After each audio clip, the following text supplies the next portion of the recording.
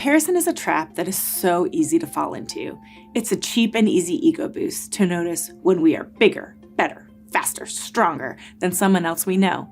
It can also be brutal when we come across someone who effortlessly exceeds our abilities.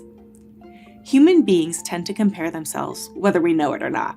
We compare our appearance, our intelligence, our personalities, and our perceived success. Comparing yourself with other people leads to dissatisfaction and poor self-esteem. The issue with comparison is that we are our own point of reference. The wonderful truth is that we are made in God's image.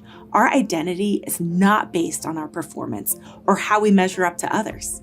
God created each one of us as his unique, beloved child with our own talents and gifts. Notice how Paul addresses this in his letter to the believers in Corinth. God's various gifts are handed out everywhere, but they all originate in God's Spirit. God's various ministries are carried out everywhere, but they all originate in God's Spirit.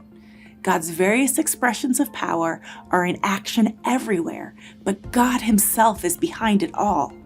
Each person is given something to do that shows who God is. Everyone gets in on it. Everyone benefits. All kinds of things are handed out by the Spirit and to all kinds of people. The variety is wonderful. All these gifts have a common origin, but are handed out one by the one Spirit of God. He decides who gets what and when. And this is why comparing ourselves doesn't make sense, because God isn't holding out on any of us. He created you uniquely on purpose with a purpose. Each person has been given spiritual gifts that are intended to reveal God to others, and God decides how every person can best reveal the Father, Son, and Holy Spirit to the world. Comparing yourself to others or trying to be like someone else is ignoring the special gifting God has given you and robbing the world of those gifts. In fellowship with one another, we reflect God's love and glory into the world around us, and everyone benefits.